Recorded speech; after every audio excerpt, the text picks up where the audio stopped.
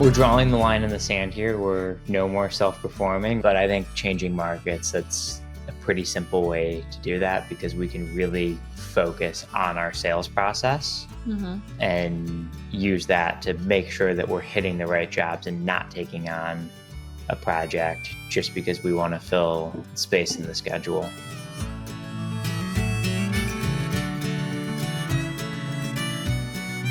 Today in the Curious Builder podcast, we had Kevin and Abbie Arnold in from KA Builders out of Ohio.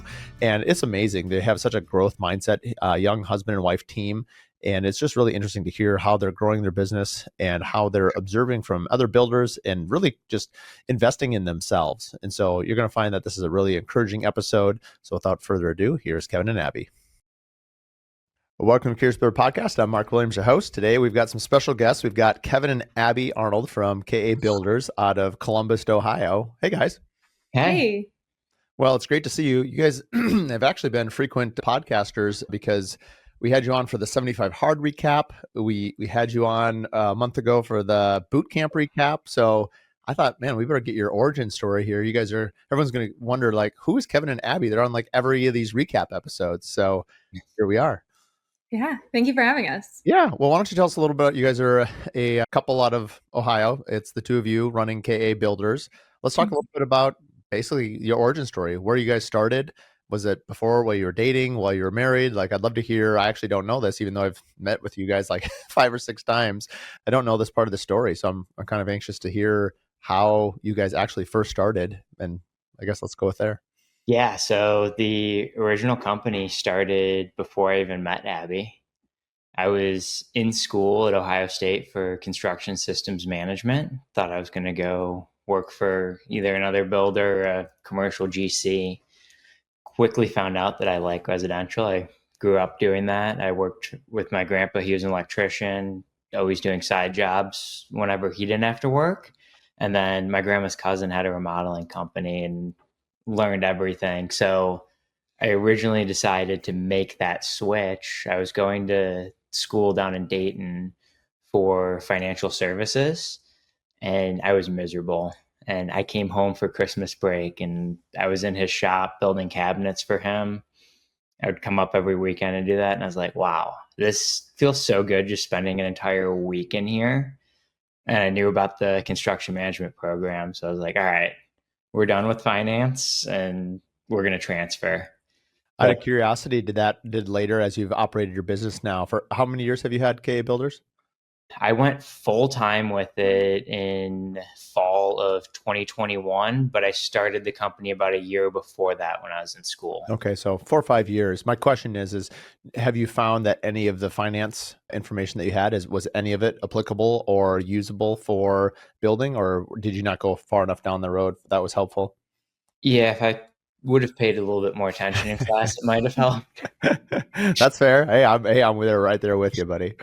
That's definitely our weakness. We're hoping soon to bring somebody in to help with that. Oh, that's great. Yeah, no, that was one of the biggest things. I mean, early on in my career, I was 23, similar to yours, where I had gone to school for business and for communication, which oddly enough with the podcast actually lines up with communication. But anyway, had no idea that I was going to do this 20 years later. But anyway, long story short was, you don't know what you don't know. And so at the time if you can't use the knowledge and apply it to what you're doing, sometimes you don't listen the same. And now if you went back, I can imagine now if you went back to finance, it'd mean totally something different to you. Yeah. Yeah. So to pick back up, I started doing the construction management program. I got all my tools down in Columbus there. I was working out of my dorm room, doing side jobs for people. Out of your dorm room? Oh, yeah. That's amazing. I would have 5-gallon buckets that I would carry in and out from my car that just had all my tools in it, and just picking up odd and end jobs down around campus and then coming up to Cleveland on the weekends to do some work up here. And back then, how did you charge? Like what did people need? I'm a little surprised that college kids were paying someone to fix stuff. Like, what were you fixing? Well, it wasn't college kids. I was doing work for everyone and anybody. Like referrals, like people's parents around there. You're like, that's awesome. You were the handyman that they went to school with. Like, rather than like some 75-year-old guy, you're like, hey, there's this like 19-year-old kid in my dorm room who will do handyman work. His name's Kevin. Yeah, pretty much. And I worked at bars and restaurants, so I'd do maintenance around there because it was quick and easy to call me versus having somebody to come What did out you, and out do of it. curiosity, what did you charge? Did you charge hourly, or how did Yeah, you? time and material. And honestly, that was probably when I was the most profitable. No overhead, no expenses. Just wandering around. Abbie, Mhm. when did you guys get married, or how did you meet and come into the program? We met in spring of 21. We met online, classic, after COVID. I was a senior in college and I went to school about an hour north of Kevin. So he would always come and visit me. I graduated with a business and teaching degree. So my whole life, I was like, I want to teach middle school. I want to teach middle school. And that was what I thought my only path was. And about halfway through college, I just had a meltdown and I called my parents, bawling my eyes out. And I was like, I don't want to be a teacher anymore. And my parents said, okay, you have to finish your teaching degree. You're almost there. So I finished my teaching degree, but I actually added a business major. And they told me you can do anything with a business major. You can do seriously any job. So I was a business administration major. And when I graduated, I was like, I'm never going to use this degree. Like, why did I take accounting? Why did I take marketing? Like, it was such a waste of time. And I taught for 3 years and I hated it. I was miserable going to my job. And I always kind of worked for Kevin on the side. I would always come on the weekends and stuff. And it was we started dating in 21.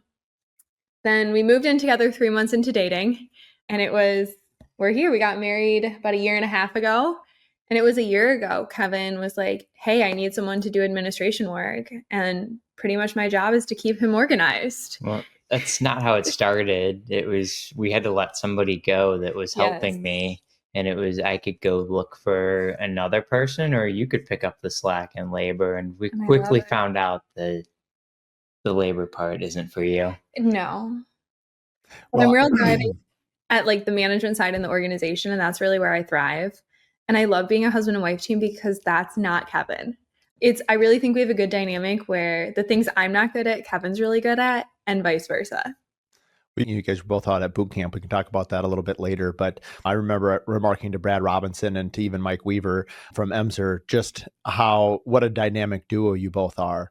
And you guys will find your own path. And I know, Kevin, you and I have had a number of conversations offline about these types of things. But, I think Abbie joining the team, I mean, it's such a power move, really. Plus the fact that Abbie enjoys it. You guys are Mhm. going to find, great elevation in your brand, your company, and even your experiences with your clients. I mean, these early years as you've gone through, a lot, and I've obviously been on the sidelines on some of these things, understanding, the new home and some of this other stuff that you guys have gone through.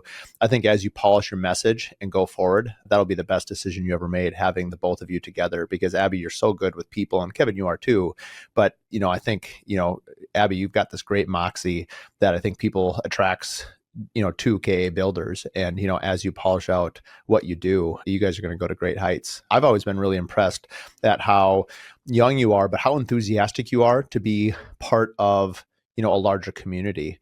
Maybe we can talk a little bit about you came to Contractor Coalition in Minneapolis a year and a half ago, and you quickly basically looked around and said, these are people I want to be around. You came to boot camp. You've been going to IBS for a while. You're part of our 75 Hard group. I mean, it seems like anytime there's an opportunity to be around people, you are there immediately, however you get there. Can you speak a little bit to where that hunger and that drive and just that purpose comes from? Because it's pretty remarkable. I know a lot of people refer probably to your age, but to me, you guys are light years ahead of your age in that sort of commitment to collaboration. Yeah, so I got really big into podcasts when it was just me self-performing everything because I could just sit on there and learn as much as I could. Kind of found out about the Contractor Coalition Summit through that and Was realized that through the Modern Craftsman? I believe Mhm. so. Yeah. Because I listened to that. I listened to the Brad Levitt podcast. And then at Vegas that year, we discovered Mark Williams and started listening to the Curious Builder podcast as well.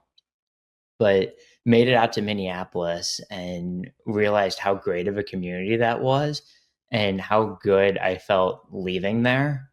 Just because with us being younger, we don't have a lot of friends. Our friends that we do have don't do any of the same things that we do. And it's really hard to find people that we can relate to. So just the conversations that we have within the building community, it's amazing, and how quick everybody is to help out and be able to relate to you as well. I think I remember I did not go to Contractor Coalition Summit, but I remember Kevin going, and I remember thinking, oh my gosh, this is a huge expense. How are we going to swing this? Like, we knew that I was leaving my job. It was right in May of 24, May of 24. It was right when I was leaving my job, and I was like, well, you're spending a lot of money to go to an event for 3 days. And when he left, I remember dropping him at the airport, and I was like, what, like, how is this going to work? And hearing the updates through the summit and just hearing Kevin talk about how beneficial it was and just the network that he made is amazing. And it's still people we talk to this day. And it's that we want to talk to them for years to come. But I remember thinking in that moment, I was like, is this worth it? This is a lot of money. Like, I remember having those thoughts, but I don't regret a single thing. Yeah. We have a lot of friends in Minneapolis now. Well, you guys stayed. Oh, I forgot. You guys also came to our first sauna camp.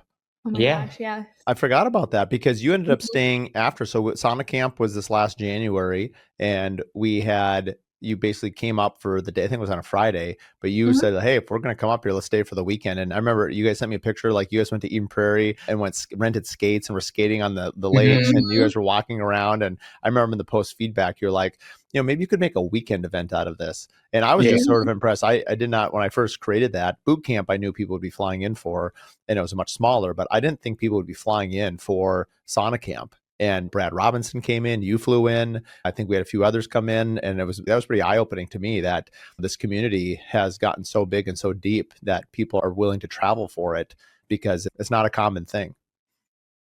No, and sauna camp was I've never been in a sauna before this, nor have I ever cold plunged. So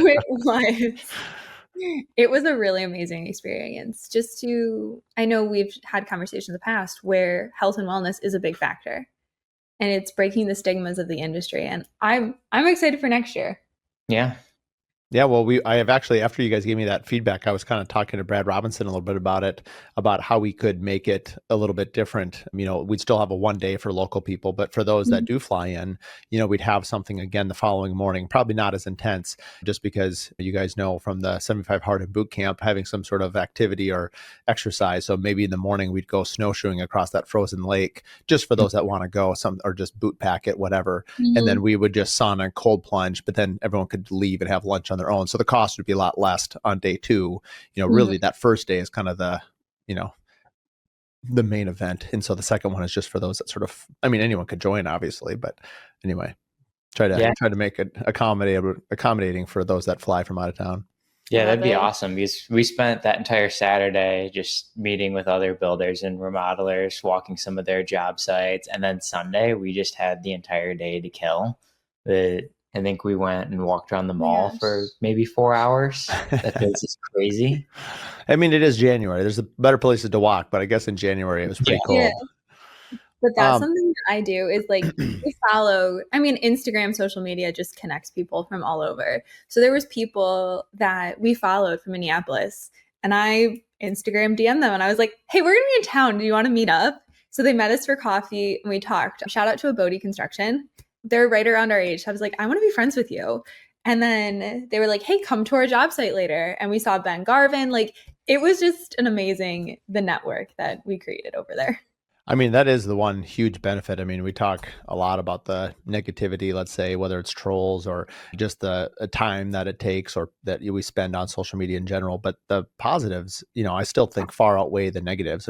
How we can check with how people are doing and stay connected to their lives beyond business even. But I love this idea that you reached out to this local builder. I'm not actually familiar with them. Abbie Construction, you said? Abbie Construction. I just think that's amazing. And she was like, yeah, come on to our job site. And obviously I'm good friends with Garvin. He's part of our Curious Collective here locally. And he actually was just in the Contractor Coalition. He and his wife came down to Omaha. So it was great to spend some time with them. And I hadn't met Katie before. So I love obviously bringing on all stories are great, but I do love the husband and wife teams because I just think it's really fun for me to get a picture of how you guys work and how it operates. Speaking of which, how is that going? So you're a year and a half in now, Abbie. Now, as I was laughing, I was trying to hold my tongue because you said you went to school to be a teacher. And I think I joked with you before that welcome to adult babysitting. I think middle schoolers are probably listen better than our trade partners sometimes on the job site. And I always laugh that there will always be a need for a person because, again, it's adult babysitting. I mean, it's trust but verify. It's you've got to be on site. And so how have you found that? Is there any commonalities between teaching and what you're doing now? When I left teaching, yes. I mean, as much as I despise going to my job, the lessons that I learned were so crucial. I mean, I was managing 90 12-year-olds, and I was like, if you can manage 12-year-old boys, I would hope that you could manage adult men. But I would say yes. I'm thankful for my time as a teacher, but I do see commonalities in even just communication. Communication is big in any industry, but I feel like in the remodeling building world, your communication needs to be on top of it. And needing to have uncomfortable conversations that you're always not going to be, how do I want to say this? Like, you can bring bad news to a client. And I think I learned that in teaching is telling bad news to a parent and just kind of those lessons that I've learned, I'm really thankful for. That, I mean, I think that's so funny you said that because I have a client right now and I know that, but it's like, I don't know. It's just, there is some, there's some anxiety around knowing that, hey, until I deal with this, like it's sort of just a festering wound. Like until it's put to bed, it's sort of just there. I love the idea that, you've been talking to parents about their children, which is a pretty personal thing. Ultimately, the only thing more personal than somebody's home is their family, their children. So, you already had kind of a more difficult route there. Homes is, slightly less emotion than your children. What specifically what kind of conversations have you had with a homeowner that sort of that you dealt with it, and then you drew on that knowledge of a teacher? Oh, I mean, when it comes down to like budget and schedule things, those are like your two big ones that I'm always like, and we're waiting on this, and we're waiting on this. And I understand remodeling it's an invasion of privacy. We are in someone's home. We know how your home functions. We know a lot about your home. And I would say just delivering those like budget concerns and schedule concerns. Those are probably the two big ones off the bat. Yeah, I mean, when we're in somebody's house, we become part of their family for the duration that we're there. We have some customers that when we're over, they'll make dinner and we'll sit down and have dinner with them if we're over there late. That's funny. Yeah, I mean, home with food, like we have really amazing clients.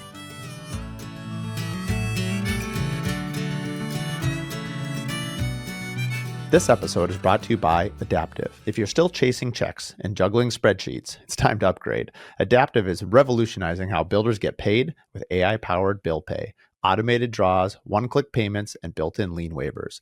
Faster payments, fewer headaches, and total visibility. Adaptive takes care of the back-end chaos so you can focus on what you do best, building. We've used Adaptive for 2.5 years and trust them to keep our projects moving and payments flowing. Learn more at adaptive.build and simplify the pay process today. For more information, you can also listen to episode 10 and episode 15. This episode of The Curious Builder is brought to you by Olive & Vine Socials. If you're a builder, a designer, or an architect looking to grow your brand without dancing on TikTok or spending your whole life on social media, listen up. Olive & Vine Social specializes in Pinterest marketing, blogging, and email strategy for luxury home brands. They help you turn your beautiful work into a strategic SEO-driven content that drives real traffic and connects you with your ideal clients without burning you out. Ready to grow smarter and not harder? Visit oliveandvinesocials.com and tell them the Curious Builder sent you. Just so you know, I've been working with Alyssa over at Olive & Vine for 3 years. She helped us launch the podcast. She's helped us grow our brand at Mark Williams Custom Homes. I could not do what I've done without her help. And I'm more than happy to announce that she's our latest sponsor for the Curious Builder podcast. I had mentioned this on the podcast, I don't know, maybe a month ago, that I actually think youth can be a real superpower. And I can't remember if I told you this when we were out in Utah at boot camp, but like you've got to sell to whatever your strength is. And I think every pro is a con, every con has a pro. And if you're really old, then you obviously can speak to experience and knowledge. But if you're young, you can say, hey, I have more energy. I'm more hungry. So it's like every there's always sort of a sales pitch and a way to connect with people, because everyone is motivated by different people and clicks with different people. What are some early challenges that you've had to either get work, or as you left the dorm circuit as your lead sales qualifiers? I still think that's amazing. How is it that your clients hear about you now? Advertising? Is it word of mouth? Is it social media? How are you finding your clients in today's market? We're trying a little bit of everything right now, but the main driver this past year, especially as the market slowed down, has been past clients. Those clients we actually got through referrals, but we've done almost exclusively this year repeat work. We got called back and we're doing second and third project with people. Yeah. How often do you engage with them and ask them for either referrals, saying, hey, we did a great kitchen remodel for you or basement renovation? Is there anyone else in your network that you think would benefit from our services? Have you engaged in tactics like that? Nowhere near enough. Mm-hmm. Okay, yeah. We're not ones to, I don't like to ask for things. There's that level of vulnerability that you are like, hey, if you know someone looking for work, like, we're hungry, we're ready. But back to the age thing, I mean, we're both 26. We're very new in this industry, and I think it's a double-edged sword. We are super hungry for work, and we know all of the latest things that are happening. But if somebody asked us, have you done a project like this before? A lot of times the answer is no. And I think we're in this really transition phase where we've kind of outgrown our past clients and our past projects. And the projects that are coming in are additions, whole home remodels, these type of bigger projects. And it's our first time tackling these. Kevin's had new construction experience and addition experience, but not for KA builders. So I think and a lot of people, some people are like, hey, I want to help out your business. You're trying, you're doing all the right things. And then some people, it freaks out. So it's really just kind of dependent on the client. Yeah. Man, I feel like I'm having my life shown before me in a mirror. I mean, there's certain clients that I've had early on in my career where we got the job because we were the youngest. Mm-hmm. And I remember specifically, his name was John. I wasn't that young at this time, maybe 12 years in. So I'd been around for a little while. But he told me, we were competing against some other builders. And he just said, I'm choosing you because I believe you deserve a chance to do something at this level.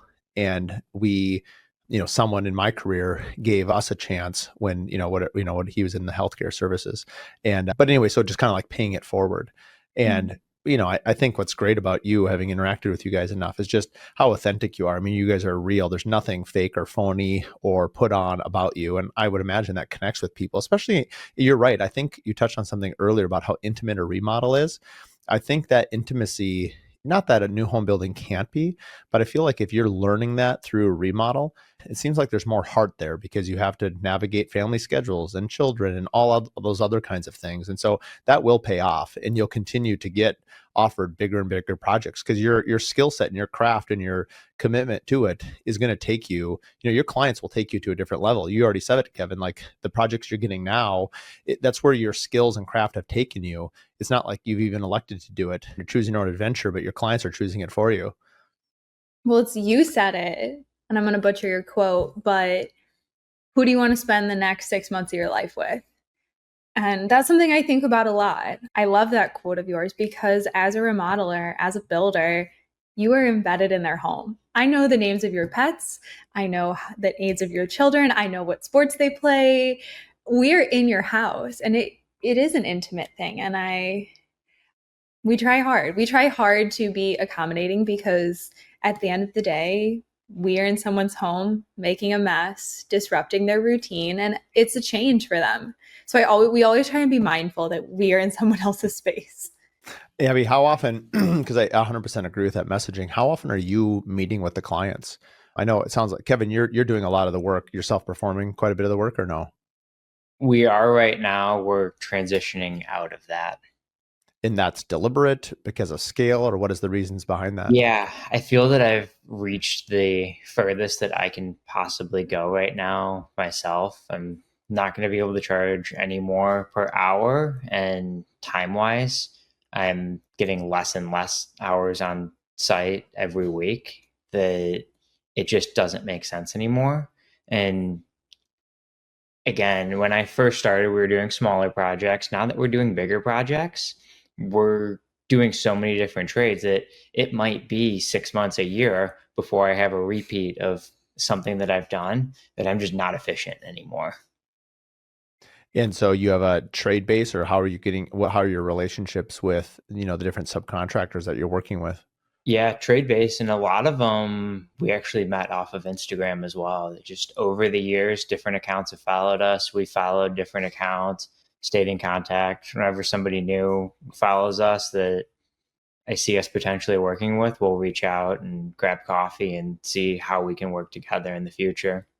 And Abbie, how are you interacting with the clients? I mean, that's kind of, I do a lot of the client relations. I I love it. Obviously, I'm a people person, I'm a talker. So I do a lot of the sales and I do a lot of the client stuff. And I love it. I really do. I thrive off of that like people connection. Yeah, and when I was in Minneapolis, we talked quite a bit at the Contractor Coalition Summit about unreasonable hospitality. So I listened to that, and then Abbie read it, and that's been a huge part of her role with the company as well. Yeah, I mean, I've spoken to it many times, and you guys are, drinking the Kool-Aid on that one too. I mean, there's just so much more we can do to service our clients through thought and through care. And that's one of the benefits of you guys being a husband and wife team, just being able to talk about it and then making sure the client is getting both of your attentions and different skill sets. How have you managed or navigated sort of the time commitments to your clients, but also your own relationship? Do you find that when you're having dinner, I mean, are you always talking about work? I always like to ask this question with married couples, like, how do you balance when you're working versus when you're not working? We're awful at it. I mean, I would say 90% of our conversations are about work. Yeah.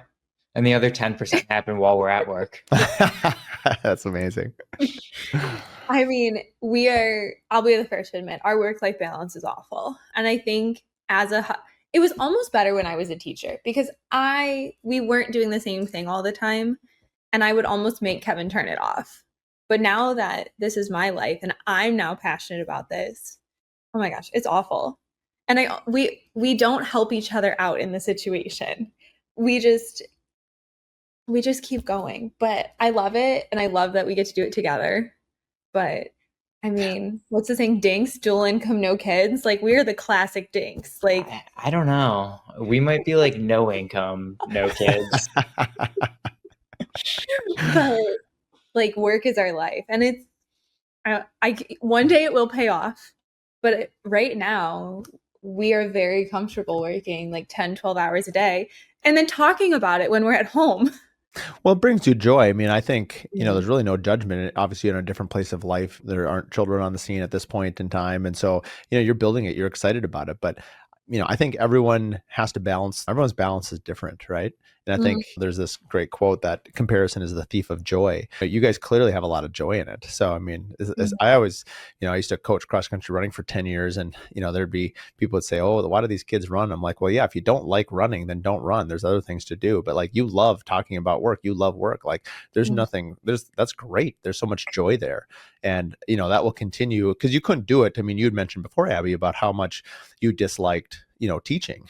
And like, mhm. can you imagine if you had to do that for 10, 15, 20, 30, however many years, like Mhm. you are in something that you find a lot of joy in, and which is wonderful. Yeah. Yeah, and I also don't know how to turn it off. Like if I'm just sitting on the couch, I'm thinking of how can I pull off this specific detail? Like if this gets mitered this way and tucks under here, we route this out. That would be really cool. So But and that's then I funny. end I up having mean, to draw that out and sketch up, and it's that's funny. I don't usually have that particular issue because that's not my skill set. But last night I had something that I shouldn't have checked my phone right before I came home. I saw an email. And so it was in my mind. So I'm having dinner with my kids and I'm looking down at my plate, just completely staring at my broccoli, like, just like it's the most important. And my daughter looks at me and goes, Dad, what are you staring at? And I'm like, huh? And it was like, so I was like, oh, sorry, I was just thinking about something. And then I did it again later. And I think any owner can relate to this because sometimes something gets in our mind and it's just like we're walking through scenarios like if this, then that. And so I think that is just part of being an owner. It's kind of, sometimes you ever done it where you dream, and like as you're coming up out of your dream, like you've been thinking about whatever is going to happen. Someone had once told me, like, your subconscious is so powerful that if you have a problem that you don't know how to handle it, that think about it right before you go to bed. Just ask yourself a question and then go to sleep. I think the trick is can you go to sleep after you've asked yourself this question? Because your subconscious will often answer the question for you by the time you're in the morning. I just thought that was fascinating. I sort of want to try that sometime. I've definitely experienced that, not intentionally, but something's just on your mind and wake up with the answer. Mm-hmm. One thing that we took away from boot camp was the one touch rule. I think Spencer was talking about this, where once it comes in your mind, if you can do it with a one touch, handle it right then and there, and it doesn't take up space in your brain. And that's something we've tried. We'll just be like, hey, Kevin, can you do this for me? And I'll be like, one touch, let's do it now. So it's things like that where I try and implement that. And that was something I learned from boot camp. Yeah, no, I know I've heard Brad Levitt talk about that many times. Someone asked him one time, or maybe I asked it to him at a Build Buzz, where I was just, you have a lot, he's got like 5 companies, he's dealing with tons of stuff. And he just basically said, I don't sit on anything very long. I essentially delegate it, get rid of it. It's like, think of like a hot potato. It's like, you just don't hold it very long, because it's the holding it that sort of singes your hands and like stresses you out. But especially if you have a bigger team, I think it's a little bit harder sometimes when your team is smaller, because you actually have to get into the details. And, not everything is just a response to an email or a forward. Obviously, there's got to be real work in the field, whatever it is. Or if you're working out some coping detail or crown detail, you've got to really think about it before you get into it. So, yeah, that's one of our biggest weaknesses right now too, that just trying to manage that time. We spend a lot of time in the car right now, and that's hard to do with a small team. Yeah. Where do you think, you'd mentioned trying to build the team and, possibly bring someone on maybe for the finance side is what you alluded to. What does that look like, or why now? We're really bad at accounting and our finances, and we have QuickBooks. We upload all of our receipts and do everything. And then we have the now what situation. Sure. So we really need somebody that can come in and advise and just kind of point us in the right direction and tell us what we should be doing. And potentially, if it's the right fit, have them doing that for us. Do you think that'll be a full-time, part-time, fractional? How do you see that going? See it as fractional. Mm-hmm. And are you looking at local companies, national companies, or what does that look like right now? Our goal is to find somebody that somebody else works with already in the industry, that we can go, okay, this is how this works for you, and that we can mimic that, because our company is basically a hodgepodge of a bunch of different other companies where we've taken what we like and turned that into our own program. Yeah, I think that's great. I mean, most people do that, right? That's the whole point of podcasts and sharing information. Is like, oh, I like this. It's like an a la carte menu, think of your 10 favorite restaurants. If you get order one thing from each menu, I'll have it delivered to one place. That's perfect. Mm-hmm. Yeah. Sometimes we take a little too much and get going in too many different directions. And that's a challenge, as it is always time. I mean, you went to Contractor Coalition. I bet you. So Abbie, when he came back from Minneapolis with all these ideas, what was that first week like when Kevin was back with, wow, look at all these things I learned. How did you start implementing them? Slowly. And that's what we kind of said. I feel like we're still trying to implement things. I mean, he came back and you were overwhelmed. You were extremely overwhelmed in a good way, though. He was like an excited, where it's like, hey, I want to do all of these things. And I was like, pump the brakes one at a time. And it was right after Contractor Coalition when we really started taking our social media seriously, having a consistent posting schedule, because that was something we knew it was important. But Contractor Coalition, he was like, hey, let's use this as a tool. So social media was a really big one.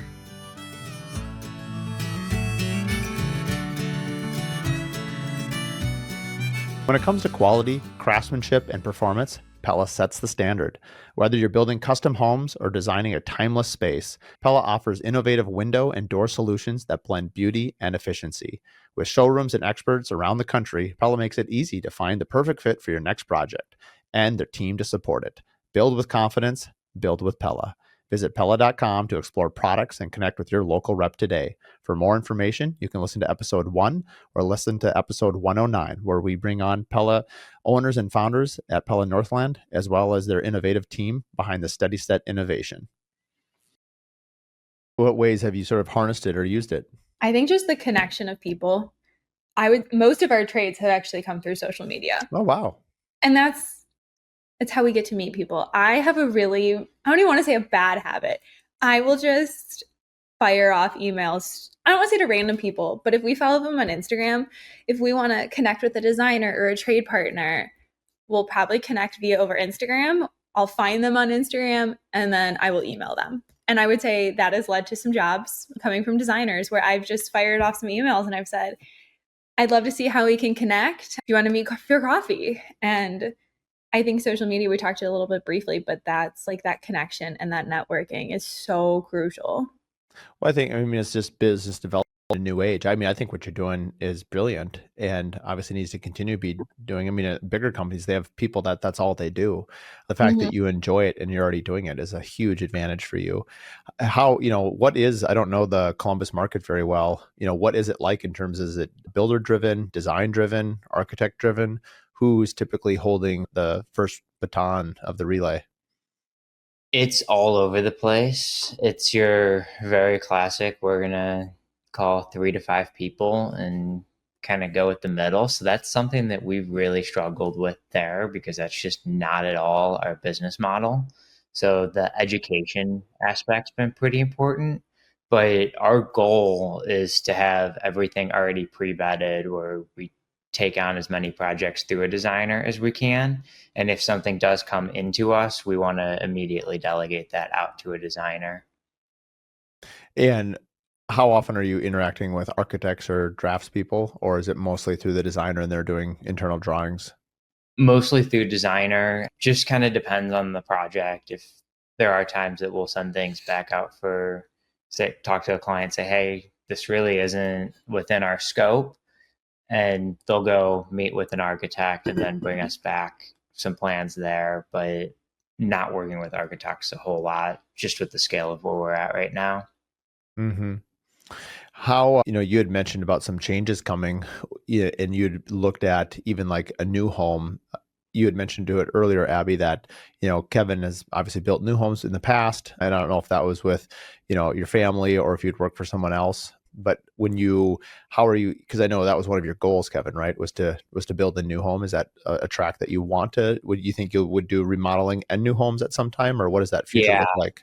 Yeah. That's really the goal there. I like the predictability of new construction where I know this is what the schedule is going to be and we can stick to this rather than, oh, never mind, we have to completely change the scope because we didn't anticipate something. And just different delays on things that can really be mitigated over that longer time period. And you've had a few options, or not a few, but you've had a few that I'm aware of where it was going to be a new home and it didn't work out for another reason or another. I think it was like a bank financing situation, right? Mm-hmm. Yeah, and I think the biggest issue, hindsight on that, was that our pre-construction process, we discounted it way too much, that we essentially gave that away for free. And that didn't put us on an equal playing field with some other builders when it came to financing. What do you mean by that?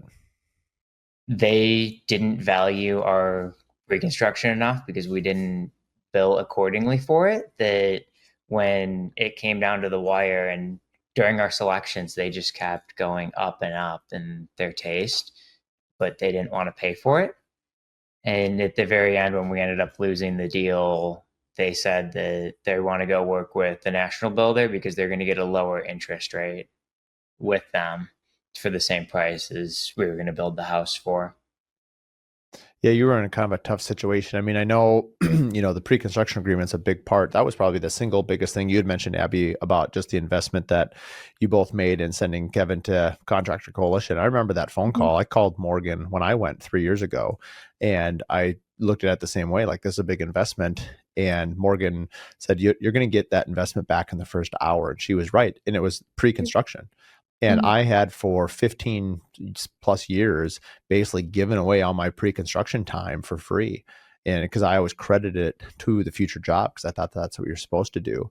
And so you devalued your work. Now it was great. At least you were getting the one good news about a pre-construction agreement, especially if there's, I don't care if it's $500 or $20,000, some money down does show that they're interested in valuing your time. The days and age of where people expect things for free, they're just not your ideal clients. I think what becomes difficult is when you're trying to find your ideal client, but you also have to pay your mortgage and you have to pay your bills.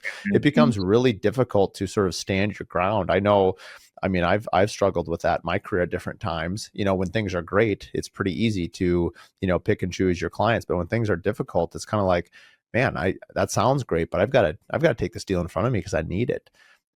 How have you, listening to that, does that sort of hit home with you? I mean, have you guys sort of been dealt with that before where you've had to take on projects you don't really want, but you sort of feel like you have to? Yes, we have done that Too many. too many times.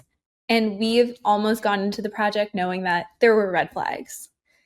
I can think of like 3 off the top of my head where guarantee you we could have lost money on the project. I think we definitely did, and it caused us to lose money on the following project after that was our ideal client because we were so far in the hole the prior project that we weren't able to dedicate full resources towards our next one. Just slow process getting started on the next project because there were different things lingering from the project before. I mean, I think that's a really good point. We talk about, your ideal client, or if we don't, we definitely should all be sort of thinking about our ideal client. And I know Nick Schiffer had talked about this recently at the Contractor Coalition in Omaha, where basically he has created a client profile for everyone that he would like to service. And he runs it through ChatGPT. And he didn't go into details, but basically hey, I'm looking for a young couple. You just basically describe what you think. And he had several different client profiles and basically kind of help flush it out. And it was sort of interesting so that they could sort of categorize who the right people were. But I guess the reason I'm bringing this up is the more clear you can get on your ideal client, it really brings into focus the difficult ones like the ones you experienced. And we've all taken jobs that we wish we hadn't. And specifically, I had one where it was the first job and I had 4 or 5 I was bidding on, but you don't know at the time if you're going to get it. And we gave them a great deal on it because it was the first one. Well, once you know it, this was right after COVID, we got all of them at the same time. And for a small company, that's a good problem to have, obviously, but it wasn't without its, the rivets were definitely bursting. And so we spent 80% of the time in that one difficult client, and our other clients didn't get as good a service as I would have liked to have given them because so much of our time was really being given to, the squeaky wheel, if you will. And so I think most business owners can certainly relate to that. Oh, yeah. Yeah, we had a few of those squeaky wheels at the same time, which is fun. It's a lot of back and forth. And again, we couldn't deal with any of those individual clients at once because we were in a position where we felt that we had to show face at 3 different places at the same time and just never made solid progress on any of them. Observing you guys over the last, let's just say, couple of years, what if you were to compare yourself to where you were a year ago, what have you learned, and what are some of the, you're so open to, listen to all these podcasts, going to all these events. Could you identify a few of these things, or there's just so many that it's hard to identify a few? But looking back, what were some big things that sort of helped elevate maybe your awareness, your brand, compared, just compare yourself where you're at today to where you were, let's say, a year ago, or before you even went to your first Contractor Coalition Summit, if you want to use whatever your milestone is that you want to use for kind of that, hey, this is where I'm at now versus where I was. What were some of the biggest difference makers? I would say number one would be relationships with people and being able to go out and say, hey, I'm in this position. What do I do here? And being able to get a solid answer on that and be able to move forward with it, because somebody else has always been in the same scenario that you're in. They know how to get out of it. We don't need to be the ones to invent the way to figure out a problem. I think that's been huge. And then a big takeaway that we had from Zion, actually, we've had all these processes that We've been working for a year and a half, 2 years now, but we haven't sold ourselves on those processes. Being able to go into them in further depth, we really hammered down some of the details on things that we believed in our process at that point, that now we can go out and sell it that much better, because sales has really never been a tactic of ours. What specifically are you referring to? So our pre-construction, like I said, we really dropped the ball on that, where we gave it away for next to nothing, and we over-delivered on what we gave them. We were selling way too much, and it just didn't make sense what we were doing, and we couldn't get fully behind it. So then how are we supposed to sell that to a client to get fully behind it? So basically, you weren't believing what you were saying, and so it wasn't until those two things lined up that you had essentially firm footing. And I think it was hard also when we bring up pre-construction in a consultation, the customers have not experienced pre-construction. Well, we are being compared to people who don't value the pre-construction, and a confused customer is never going to buy something. So we have to be super firm in our process to be able to explain it to a customer, because the two other people that they're having out to see the project don't do the pre-construction. And there's that level of education. Well, how do we provide an estimate? What are they basing the estimate off of? So that's really like, we had to really get behind our pre-construction to sell it to people. And then now that we know how to do it and how to explain it, people understand it. We can explain it much better. But that's pre-construction was a big one where people have never heard of it. They don't see the value in it. And in customer perspective, they see it as, oh, you're charging me an extra $5,000 for what? So just kind of going into that details and explaining it. That was a big takeaway that we've learned recently. Yeah. And as a young business, we're constantly trying to improve. With that, we never had clear direction. We'd do something one way, then be like, I didn't like that. We tried a completely different way. And we just never really had that template in place. Yeah, it's confidence is a funny thing. It's kind of like that old sales line where like when you're hot, and when you're cold, you're cold. Like basically when things are rolling great, you get a lot of things. And when you're cold, it's like you can't buy a bucket. And it's just kind of funny how streaky that is. But I think confidence has a lot to do with like when you believe your message. And I can only reflect on my journey through Contractor Coalition over the last 3 years. Is early on, there's some things I'm like, man, there's no way I can say that, or there's no way I can charge that, or there's no way I can show this. And then after you do it a few times, it just becomes like, no, this is how you like our homes. This is what we build. This is how we do it. And a homeowner's like, oh, okay, that's, so it's like but you have to get to the point where you believe your own message.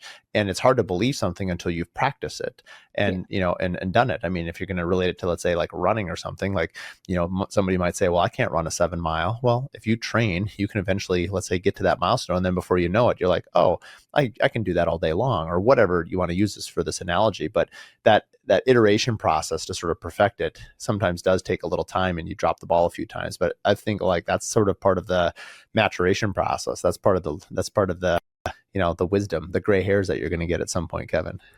Yeah. And something else that we've learned, everybody's different. So when we were trying to do things differently because they didn't work out, that didn't necessarily mean because we were doing something wrong. It just wasn't a good fit. I mean, if we hit 1 out of 4, that's fantastic. And that's really what it took, that we did the same thing 4 or 5 times in a row.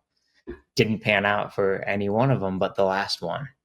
And we were able to sell like experts on that last one because we had the practice in.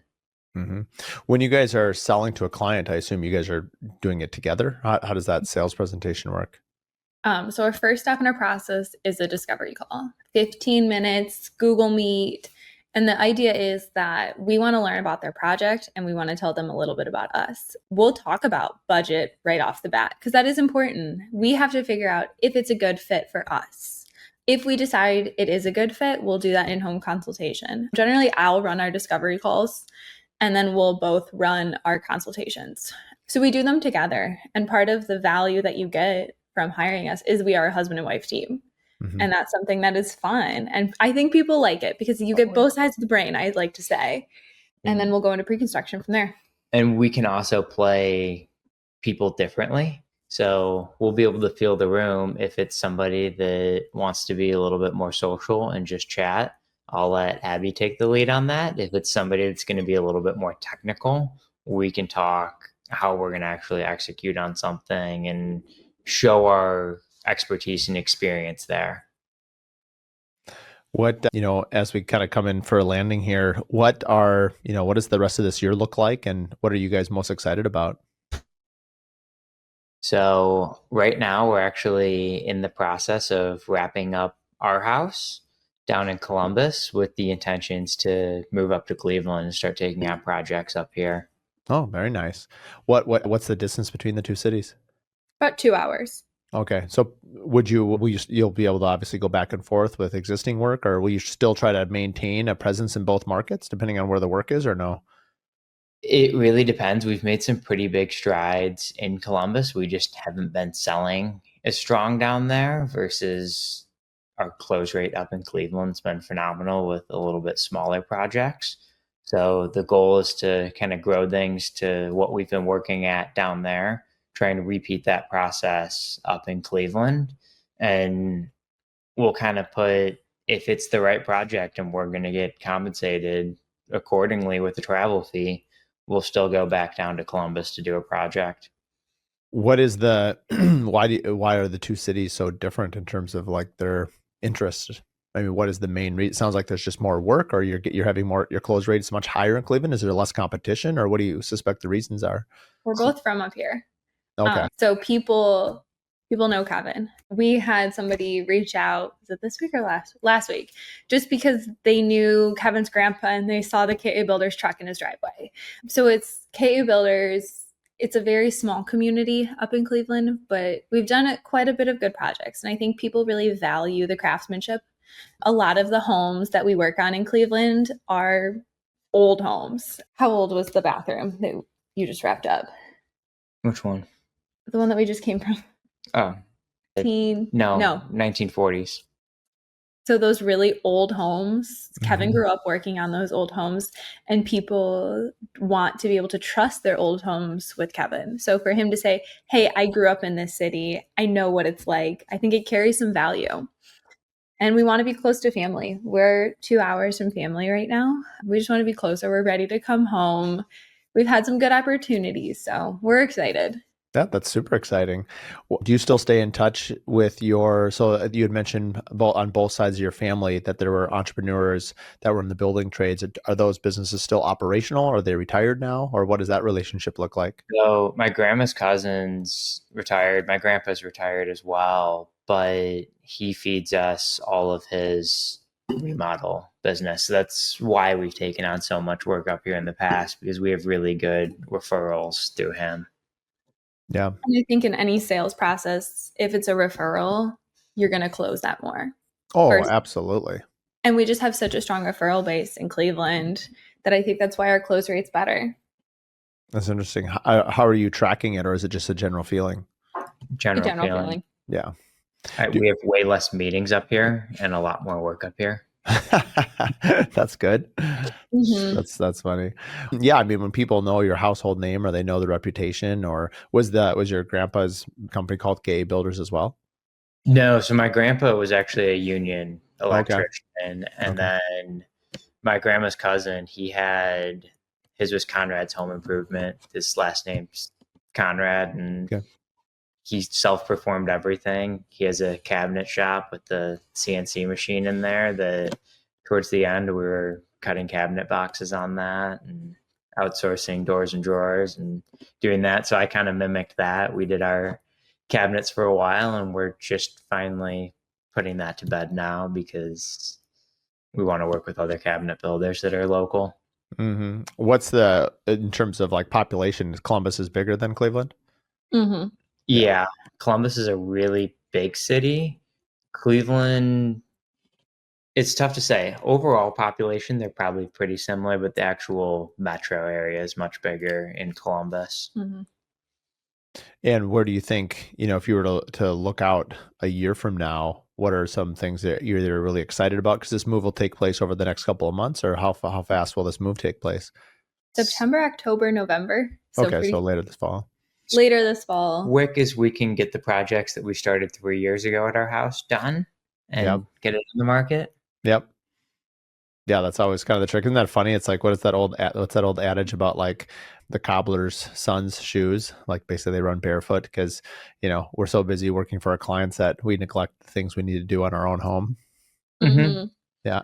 We finish our own home and then move 2 hours with all of our pets and everything. So it'll be an adjustment, but I think we're excited. But for the next year, I think not many companies get to hit restart on themselves. Over the next couple months, we really want to sit down and say, okay, what's not working for us? What's going well? And adapt and change for what's not working for us. Because I think we both looking at this as a fresh start. What hasn't worked for us in Columbus? What can we change? How can we be better? And not only finish our house, sell projects 2 hours away, but really use this time for strong business development. Yeah. We're drawing the line in the sand here. We're no more self-performing. We've made this decision multiple times in the past and haven't followed through with it. But I think changing markets, that's a pretty simple way to do that because we can really focus on our sales process and use that to make sure that we're hitting the right jobs and not taking on a project just because we want to fill space in the schedule. I mean, I think it's really wise and self-reflective that you can see that drawing that line is what you need to do to level up and kind of go to the next step that you want to take because, and I can't speak to it because I really wasn't talented enough to do any of the work myself anyway. So unfortunately I never had to deal with that issue because I could never actually do any of the work. So You're really lucky. I had to figure it out. It's funny because my wife she's had several people at the hospital because she works there. People ask her and say like, "Oh, you're so lucky. Your husband's a builder." And she's like, he's not handy. He can't really help with anything." And like, I think although for a successful marriage, I think maybe the best thing is to say you can't do it anyway. I remember this poor electrician we had one time for our lights over our center island. We must have had to move them up and down like 5 times. And I'm just looking at the electrician like, I gotta go. Like, you might have to readjust these 7 more times. Like, I think the biggest fight I ever had in my life with my wife was overhanging pictures in our first house. And it was like, because I'm somebody that's just like, I can eye it, I can see its level. This is a good spot. Let's go here. And it was up, it was down. You'd hang it. You'd have to hang it 3 more times. I'm like, this is not going to end well. So now, whenever we move or do something, I just have my trimmer come over or an art person and just be like, this is for the sake of my marriage. I am not hanging a single picture in my home. You learn, you adapt, and you learn. That's so funny. I appreciate you guys' time coming on. It's always great to see you. I'm trying to think of where we might see each other next, but I suppose IBS would be coming up next spring. So depending on boot camp. Oh yeah, depending on boot camp. Yeah, we haven't announced it yet. Actually, by the time this airs, we probably will. Yeah, we're going. I think it's going to be January. I did a post out. I think it'll be the last week of January. We'll do Curious Boot Camp in Costa Rica. So we'll be putting that out. We'll give first crack at those that have been there before, and then we'll open it up to other attendees. And then I think we'll have to probably modify where our sauna camp is. So rather than sauna camp being end of January, we'll probably move sauna camp to, I'm thinking March, because that way you've got, the IBS I think is end of February this year. So I was thinking probably, but then I don't know. It feels like there's never a right time to set a date because there's spring breaks and there's holidays and there's this and that. And there's always something. So it's like, you just got to pick a date and go. Yeah. Yeah. Fall would be cool, but I don't think the lake will be frozen yet. Yeah, and I'm not even sure what time they open. They probably don't open till October, November. I'll actually have to reach out to them. They run such a cool operation. So we'll go back there again. The food was just incredible. So good. Yeah, whatever those little sausages were, they were really good. Yeah, everything there was good. When you've been sweating in the sauna for 2 hours, it turns out anything with salt on it tastes amazing. Yeah. Well, very good, guys. Appreciate you coming on the podcast, and we'll have everything in the show notes. Thanks for the audience for tuning in to another episode of The Curious Builder, and we'll see you next week. Thank you. We've had the podcast now for 2.5, almost 3 years now, and we have a consulting page, 1-to-1 consulting. You can book my time for 1 hour. Perhaps you've heard a guest where you like one of the topics. Maybe you want an introduction to some of the guests that I've had on. Perhaps you want to talk about branding or marketing or anything that we've covered on the podcast over the last 2.5 years. You can book a time at curiousbuilderpodcast.com. Thanks for tuning in to the Curious Builder podcast. If you like this episode, do us a favor, share it with 3 other business owners. The best way that we can spread what we're doing is by word of mouth, and with your help, we can continue to help other curious builders expand their business. Please share it with your friends, like and review online, and thanks again for tuning in.